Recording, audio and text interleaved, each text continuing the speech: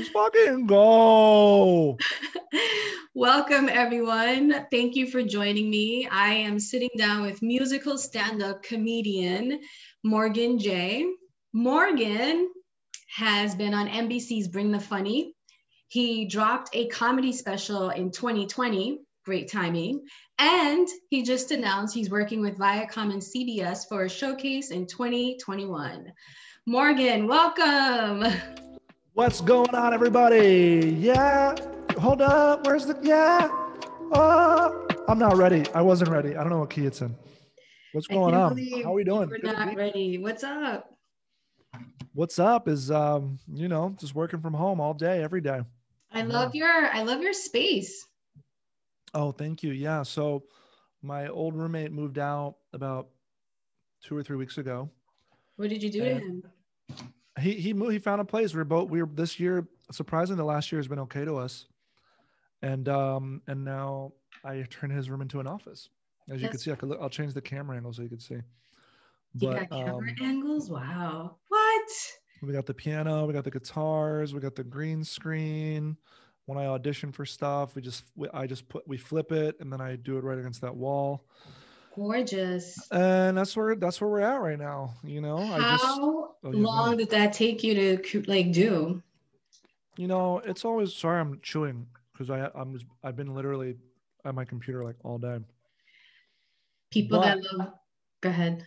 Keeping it cash in the streaming room. No, last year around when everything shut down in March, I made a really conscious decision. Like, I am going to really learn how to stream and work with this medium, because it's a little bit different than perform. I'm just wondering if my neighbors are peeking at me over there through their window. But are they? I know that I annoy my neighbors. I annoy everybody in the neighborhood, How can you tell? Well, I just, one night I was streaming and somebody knocked on the wall, this wall in particular, but there's a window now. And I told them like, hey, I'm an artist. If I'm too loud, let me know. I try to stream. So anyway, to go back to your original question, how long did this take? This has been like an evolution since April. Cause at first I was doing it in my living room, then it was in my bedroom, and then I got new lights and cameras and everything has changed dramatically. So, So you've been working on it since March? Is that what I've been working on it since March, and almost a year later, I'm in a space now. I have my own space from all the content and the streaming platforms and things like that. I have managed to. Also, I've been doing a lot of corporate events and college events. I saw some of your videos. They were funny. Thanks. Yeah. And I'm kind of like one of the guys, I feel like, who kind of leaned in and didn't wait. You know what I'm saying? I do. Yeah. That's smart. Yeah. There's a lot of comedians, I think, you probably know, who were kind of like, I'm not going to perform on Zoom. I'm not going to do it. And I totally respect the decision, but I also feel like, we have to we had to pivot and evolve. If Stephen Colbert, Jimmy Fallon, and Jimmy Kimmel could do their shows from Zoom or online like this, I don't see why we can't either. You know what I mean? Yeah, I think a lot of it too was just fear, because I remember the first Zoom show I did, I started to feel jittery and awkward. And I was like, oh my God, this is how I felt when I first started doing stand-up. So, but after about the third Zoom show, I was like, oh, this is dope. Like, I can go at my pace. Yeah, I mean, I think you just have to treat it as a, sorry, a little squeaky thing.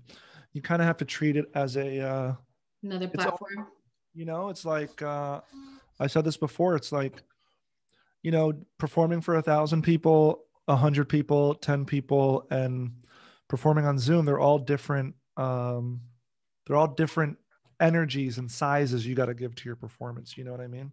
I do. And especially with Zoom, one of the things I do is I set guidelines with the audience, especially like on how to, how to interact with me, because, normally when you walk into a comedy club, there's a unwritten contract that performer and audience member kind of sign.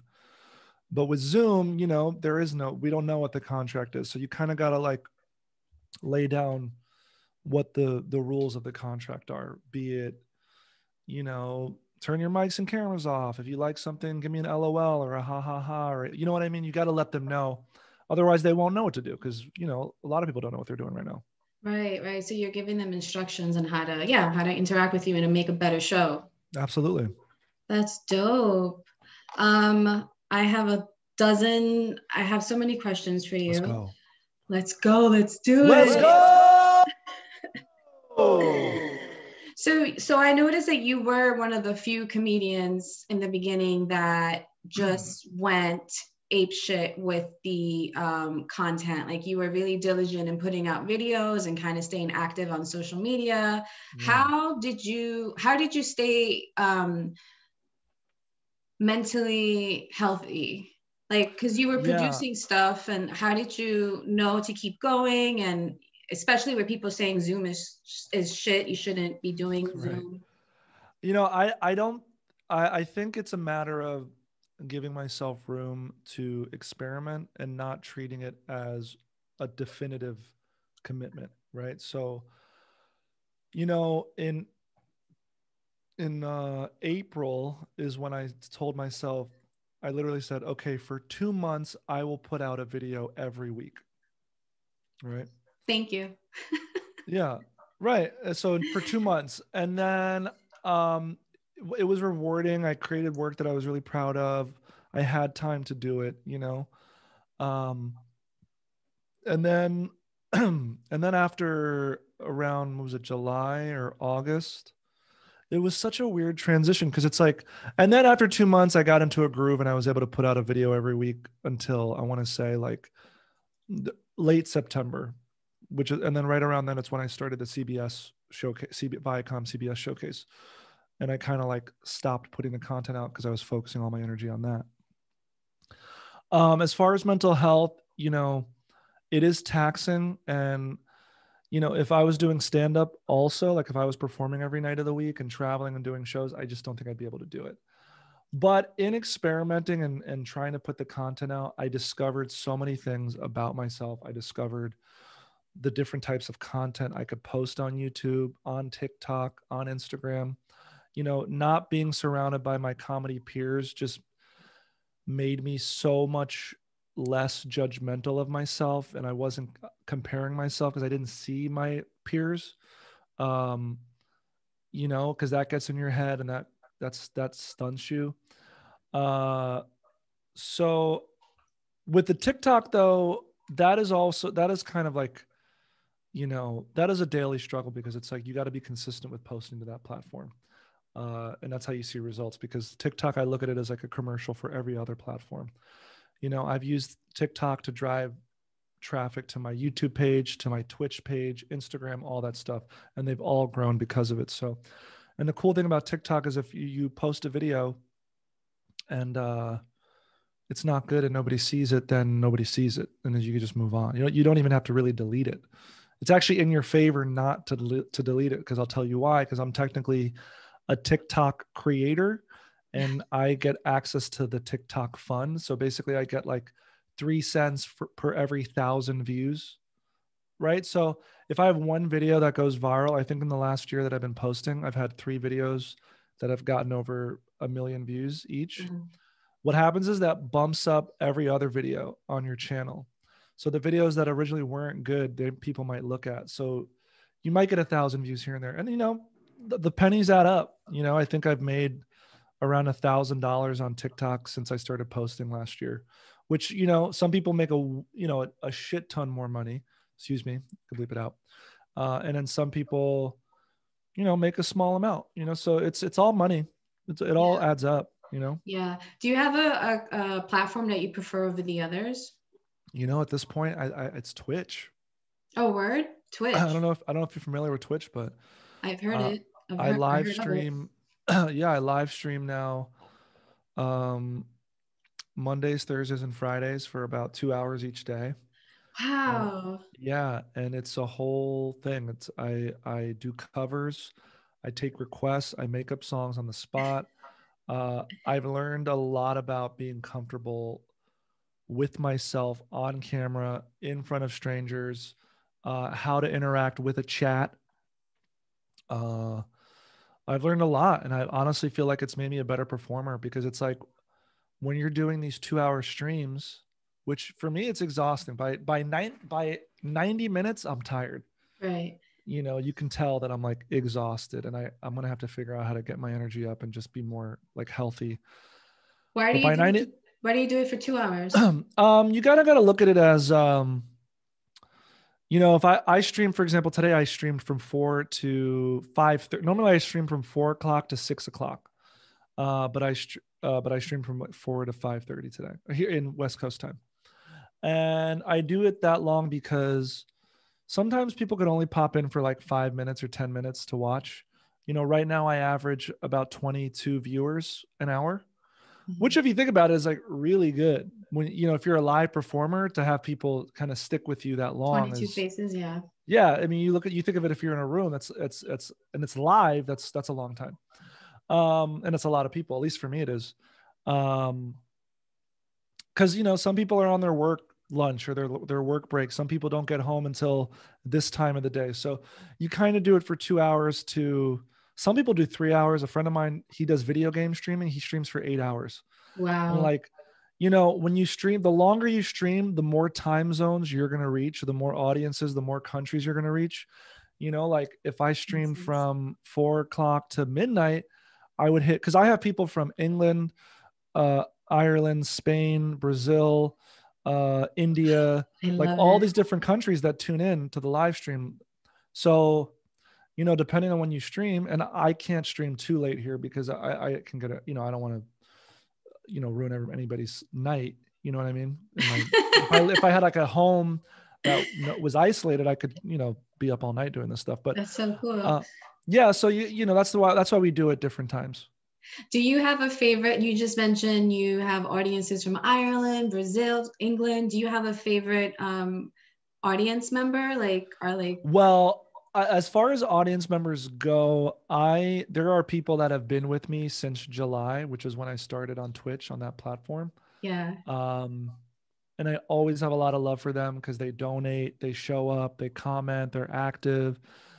You know, there's some people over the last 6 months who have contributed hundreds of dollars to me, which I'm serious, I couldn't be more grateful for it, you know? Um, it's super cool. So though, you know, with Twitch, you have something called founding members. So like there's OG, the original like 10 people who first subscribed, they're like founding members of your channel. Oh, that's So you kind of never forget those people. And then obviously my favorite audience members are the ones who, you know, show up regularly, donate money regularly, or just are active regularly. Do you It, have hecklers? you know, so heckling on Twitch is different because I welcome any sort of trolling. You know, like I love when people roast me. I love when people make fun of me. I think it sets a good precedent and energy for the chat because it's like I'm poking fun at myself and we're not taking ourselves too seriously. So I welcome it.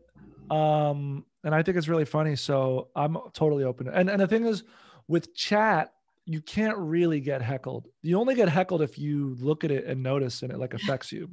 You know, because when you do a live show and somebody heckles, you cannot ignore them because everybody hears it. So with Right. the chat, you could just ignore it. You know, like that's all.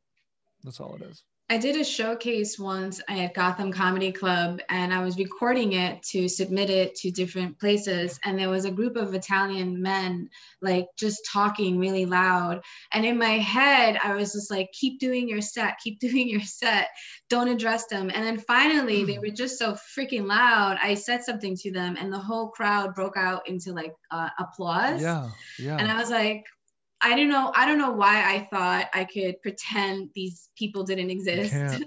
You can't. And I mean, and I think when you know, I totally get that because it's like when you start interacting, there's so many unknowns that can happen. Yeah. You know, but you know, the more you do it, like the better you get at it. You know what I mean? It's like anything else. But again, with Twitch or live streaming, there's not really heckling as long as you don't, you know, acknowledge it. You know what I mean? Mm-hmm. So I have it's two questions that just came up.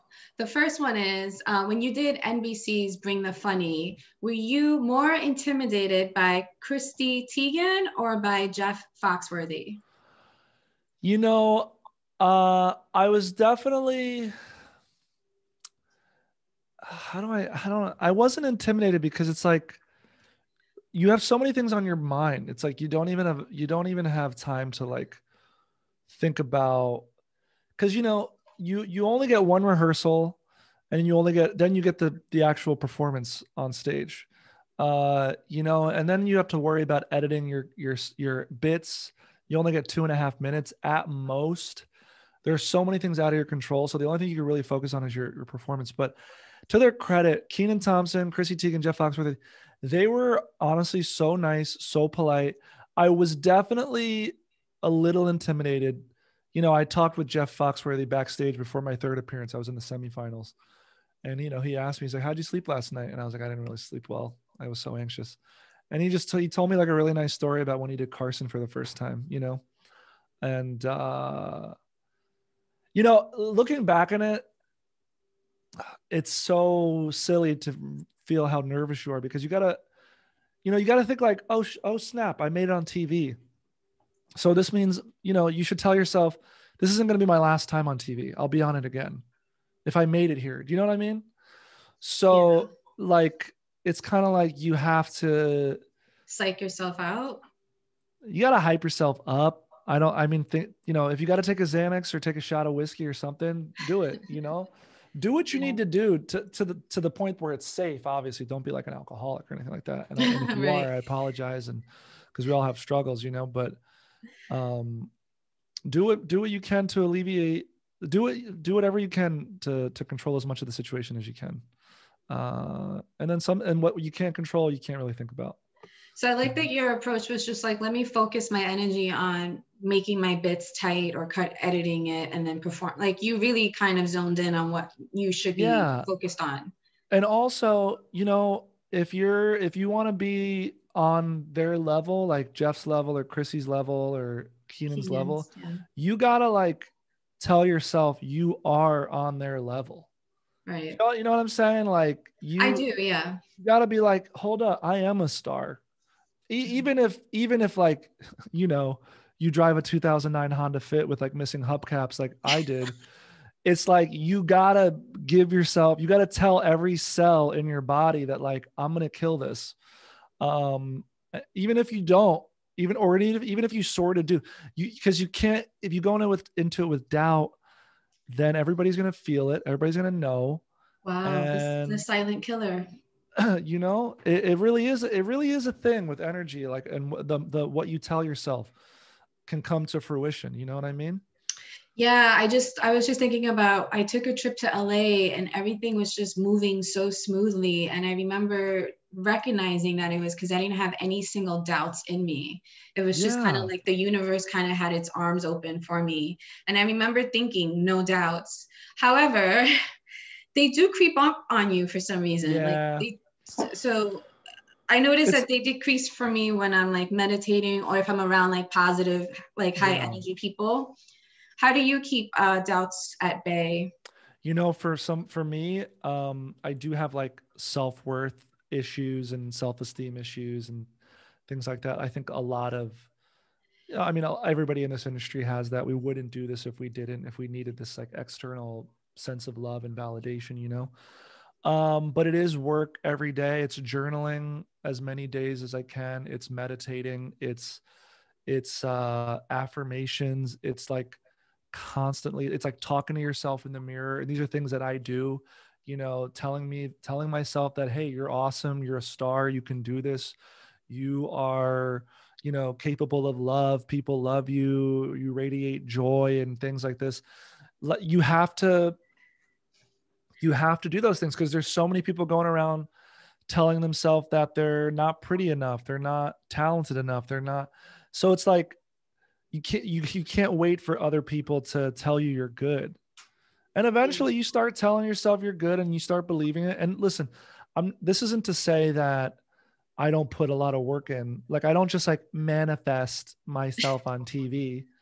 It's like Baby steps. Yeah. there's baby steps. And it's like the first step is telling yourself that like you can do it.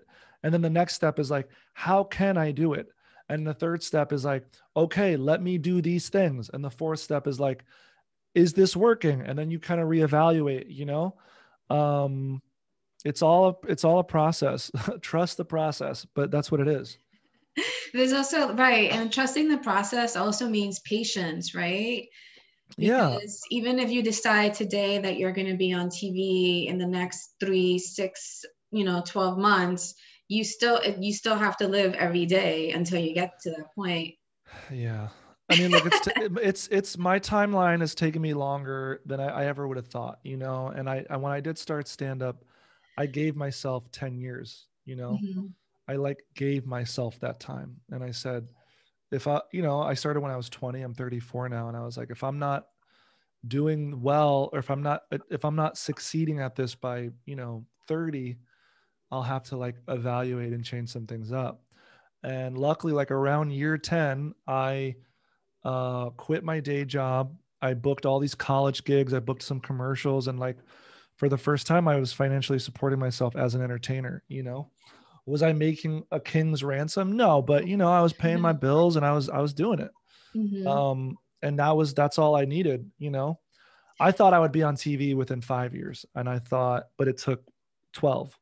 You know, Wow. Yeah. I thought I would have got like the Montreal showcase like real early on, but I Mhm. never got it. Right.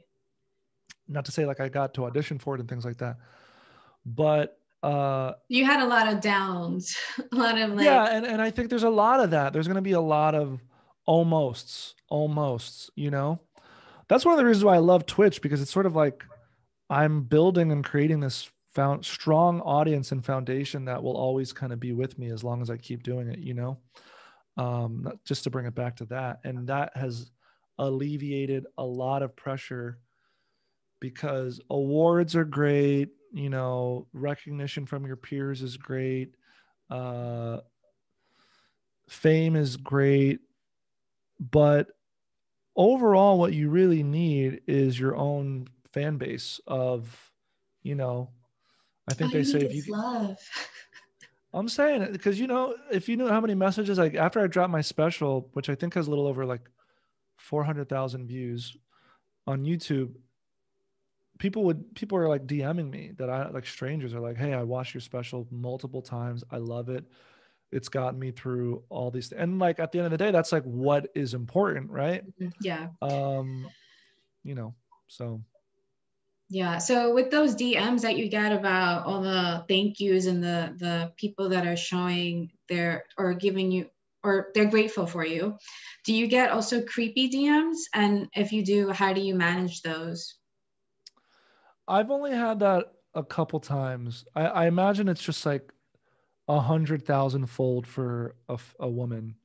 Um, you know, but it's only happened to me a couple times. And, there are like rare, like I've had a couple of girls be like very forward in a DM. One girl told me that she like wanted me to like turn her into a cream puff, and like, Go on. no, no lie. And was like, I'll do it. Like, another guy DM me and was like, another guy DM me and was like, I have terminal cancer. Can you send me your comedy special on DVD and some merch? And like, and it felt like a scam. And I was like, hey dude, my comedy special's online. You can just watch it online. And I don't have any more, I don't have merch right now. I could send you, but like I'd be able to do something else. And then like, this person still DMs me like months later. Like, when are you gonna send me? When? I could show you the text. It's like ridiculous. And it was like, it's very clear this person just like wanted some free stuff, and they're not even like looking to see if I have stuff online or things like that, They're just harassing you because Yeah. of And your so you don't, face. but for me, it happens rarely, but most of them, it's all love, and it's really nice.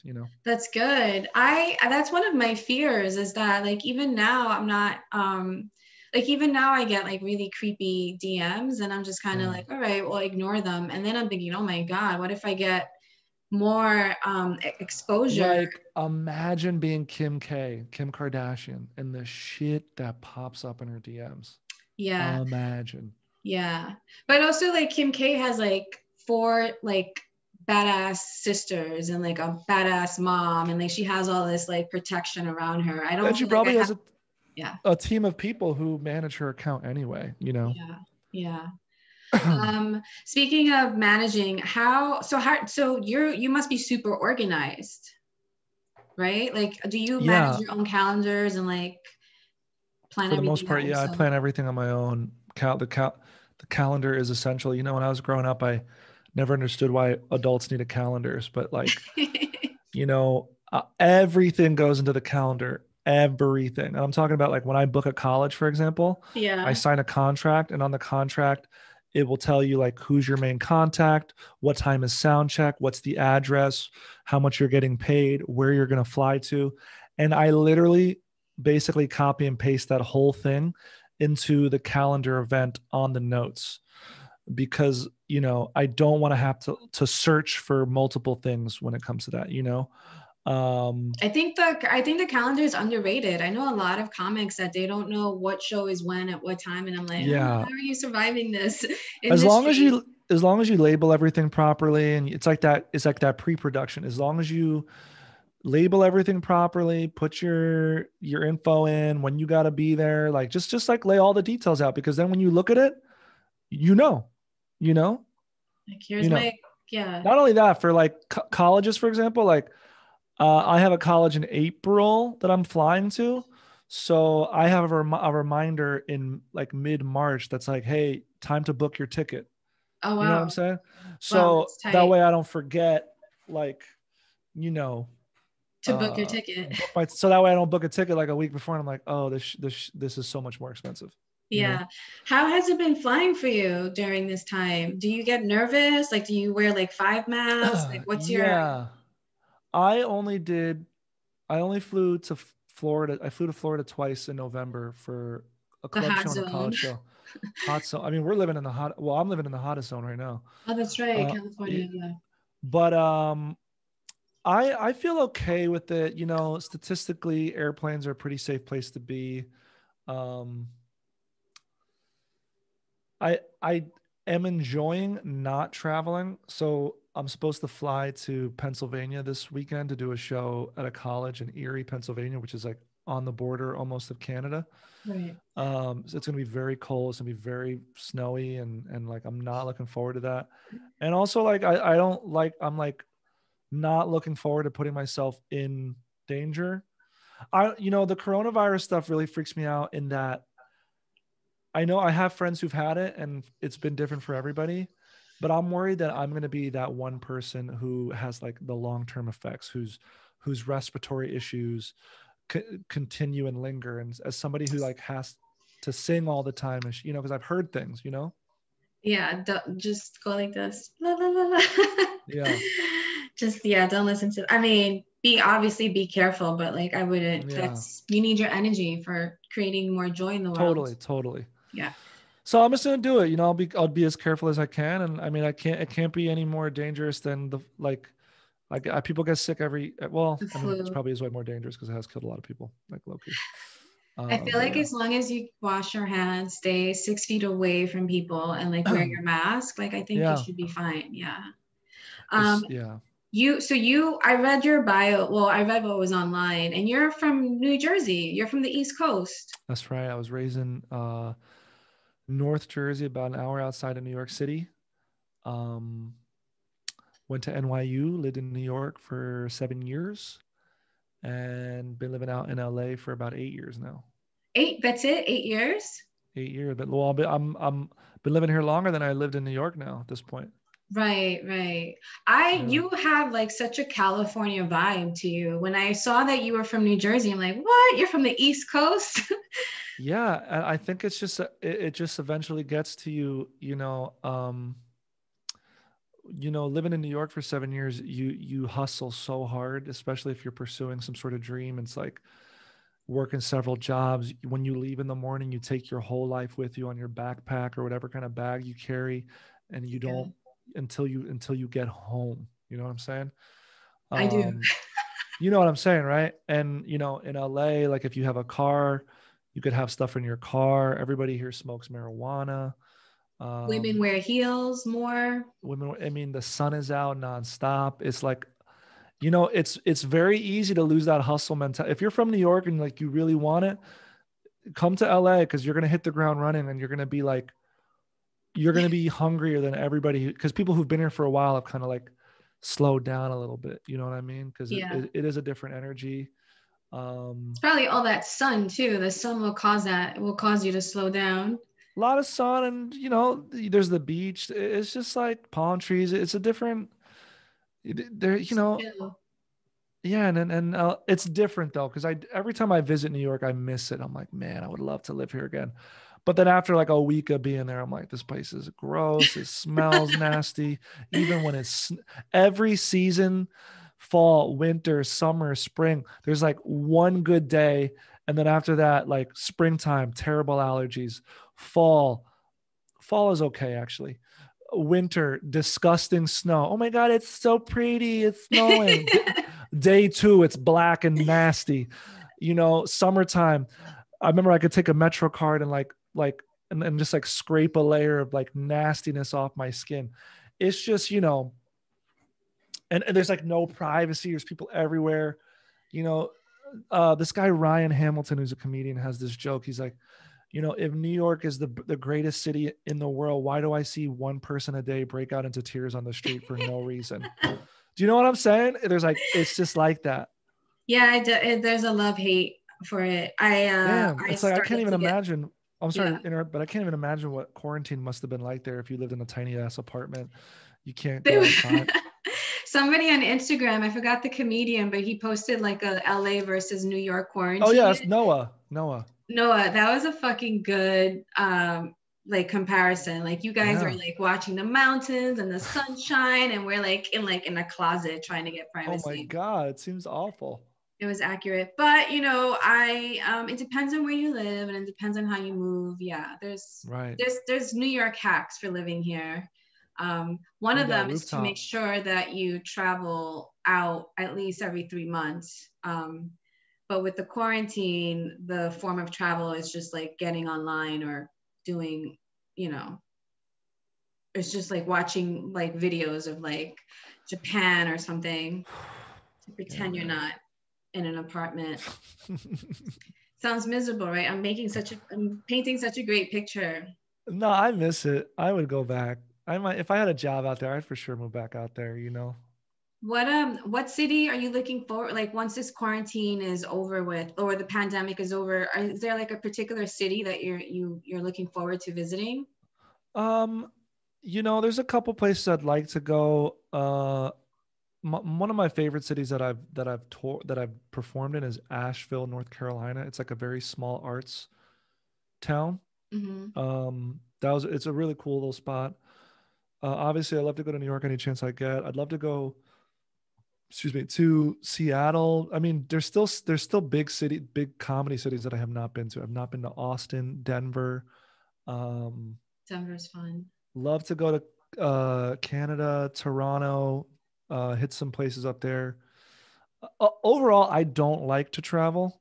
Okay. I came to terms like when I did like 40 college tour dates the first year I started touring, and then like a year after that I went to Europe for about 3 weeks on a like I went to Paris, Amsterdam, and London, Ooh, how and I just nice. realized like I don't like to travel. I like this quarantine has not been terrible on me. You know what I mean? I like being home. Right. That's One of the reasons, interesting. yeah. So that this is real quick on a side note. One of the things I'll say is like one of my goals was to be a touring comedian, and I achieved that. And then I realized like I didn't like it, you know? And so if you are somebody that like achieves a dream, like have the self-awareness to like know if the dream you wanted was the right thing. And that's why like all this performing from home, I've like really been vibing with. The Twitch streaming has like really been dope with like I like it. But the live shows, I get a lot of TikTok clips from the live shows, and it's like a whole thing. You got to make sacrifices and do it.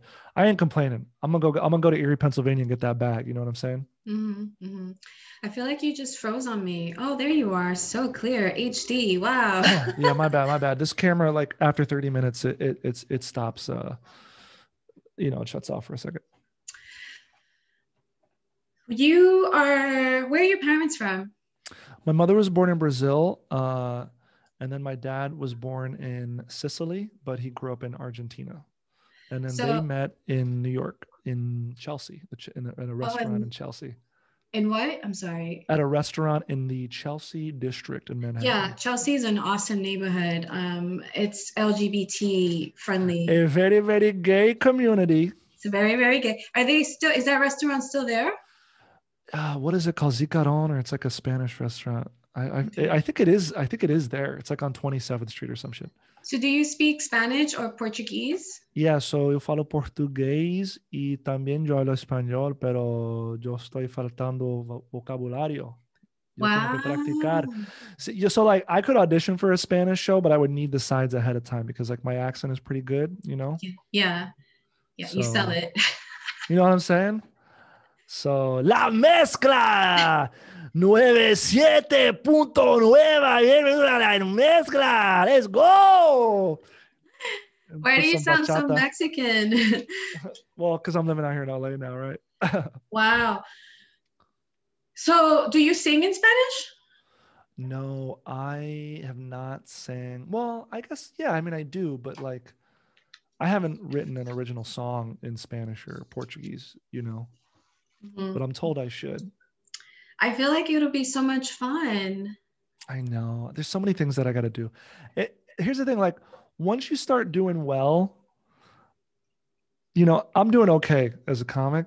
Then all of a sudden it's like, what projects do I focus on? Because it's like, I want to keep the momentum going. Gotcha. You know? So like, this last year, honestly, like from an artist standpoint and a creator standpoint, has been a huge gift for anybody who needed time to explore things that they didn't have a chance to, you know? So, you know, if we kept quarantining for another year or two, I mean, damn, who knows what we could accomplish? What else would come out of it, you know? Well, you're an artist with really good vibes, and you're doing, it sounds like you're doing really well because you're creating and you're connecting with a community. But there are so many people that they're not creative, like they're accountants or they're nurses or stuff like that. So they that wouldn't really apply to them. They'd be like, get me the fuck out of this apartment. Right. We're going to be closing out soon. Have you seen Cardi B's new video up? I've not. I've only heard some of the lyrics, but damn, I love Cardi B. I tuned into her live stream like real briefly. She was live. It was the night before she was going to release her song. And can I swear? I could swear on this podcast. Yeah, I've been dropping F-bombs. All right.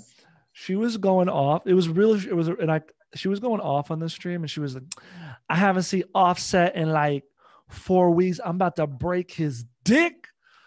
I'm about to, like, you ever just grab a man's dick and you just like, you gonna break that shit, you know? And you squeeze it real hard.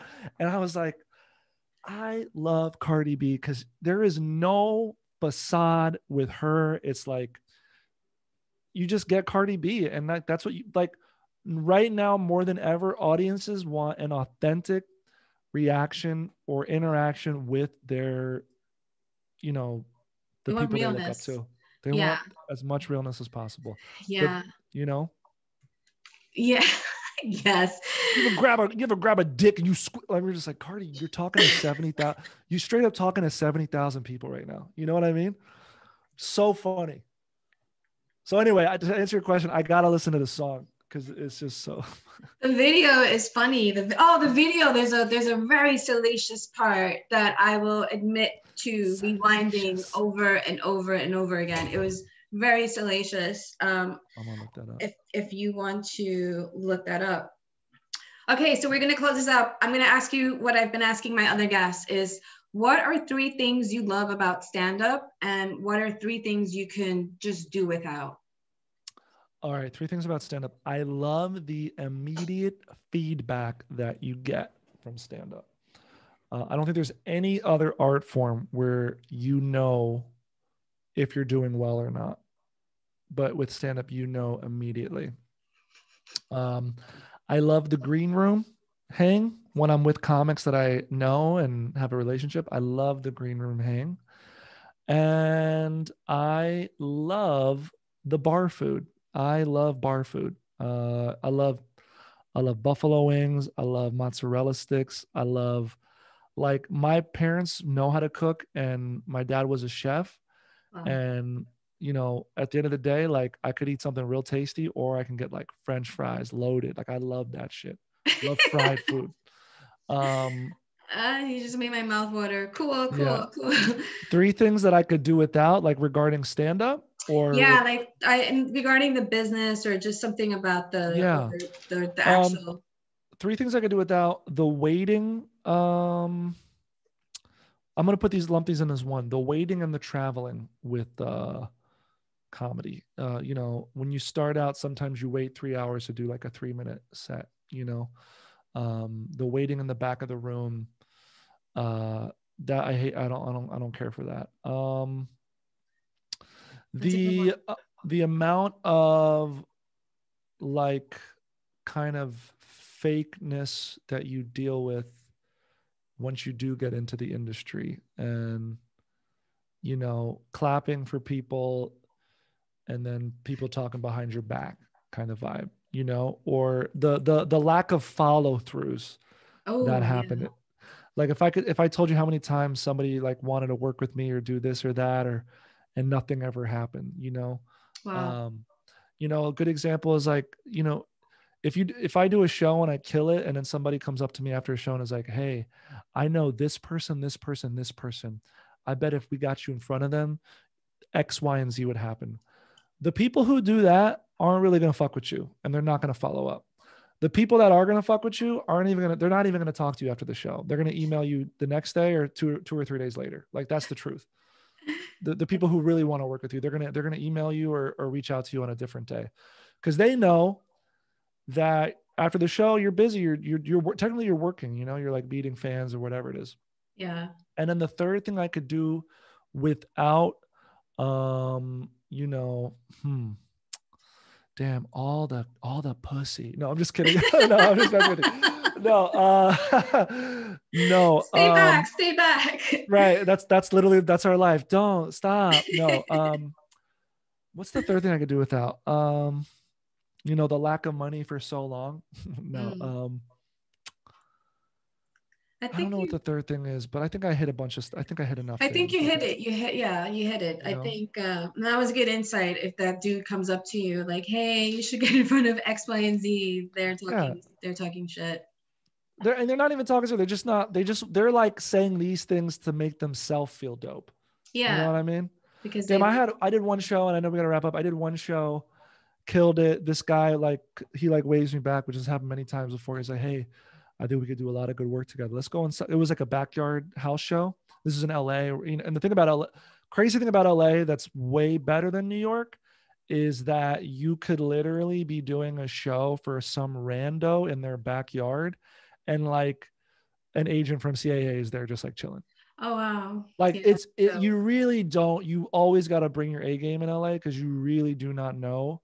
And the circles are so small that like you could be performing for a person who's friends with this assistant to this agent at UTA, and all of a sudden your name gets mentioned multiple times, and then you're in front of them. You know what I mean? So yeah, um, LA is very different like that. and I think that also speaks to advice that I heard very early on, which was like always do your best because you don't know who's in the Always. room.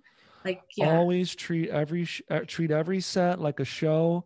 Be professional. Show up on time. I'm telling you, there's so many, and I've said this before. There are so many things that are out of your control. If you can just keep track of the things you can control, like finding parking on time, showing up on time, doing your sound track, making sure you sound good on stage, making sure like you look good on. It just baffles me how many people like don't know how to just stand in the light on stage. And then they do their set like in complete darkness. And you know what I'm saying? Like, I don't understand how people don't realize that. And yeah, you know, Well, I guess did it. also Yeah. that also, I guess that also speaks to like why you are at another level than some of those people, right? Because those seems like those things seem like they're not important, but they like finding your light. That sounds so vain. That You sounds hear it so like in whatever. showbiz, like find your light, honey. But it's true. You gotta But do it's that. true, like, yeah, those are the things, or even like eat well, or show up on time. Like that seems very Yeah. obvious. And that's actually what's giving you the edge because you're doing those basic things. Yeah, because like if we really get down to it, there could be somebody who's just as talented as I am, and we're up for the same thing. And if one of us just shows up 5 minutes earlier, or answers that text 5 minutes earlier, or gets back to you, they got the gig. You know what I'm saying? Like that's literally all it is. Sometimes That's true. I book stuff just by being there. Yeah, I did lose a gig, a paying gig, because someone messaged me, and I knew that a message came in, but I didn't look at it until like 4 hours later. And then when I Yeah. replied, they were like, "Sorry, we gave the spot away." I'm like, It do be like that. And whenever I see my anytime I see that little notification on Facebook, Instagram, or my email, I got to look at it immediately. You know, because you just it's money. You know what I mean? money, money, money, money. Money, money, money, money. This was fun. Thank you so much for kicking it with me. It was so good to speak with you. Hey, thank you for having me. I appreciate that you had questions like prepared. Not to say that like, I've done podcasts where just kind of like, Shoot the like shit. you shoot the, and which are good, but sometimes like if a person's like not used to, keeping the momentum going, it's like, well, so I appreciate you. Thank you. Oh, you're welcome. Can you tell the audience where they can, the viewers, where they can find you? Yes. So to the people listening, to the people watching, you could find me on YouTube. But most importantly, find me on Twitch where I am live. You could That's cool. interact with me live 3 You're days a good. week, Mondays, Thursdays, and Saturdays. And we just do covers. We make songs up, we chill out, we vibe out. And yeah, that's the main thing. Morgan, thank you. You bring so much joy. I know you've brought joy into my heart, so thank you. Oh, thank you so much. You're welcome. All Well, right, I'll bye. see you later. I'll talk to you soon. All right, take care. Bye. Bye.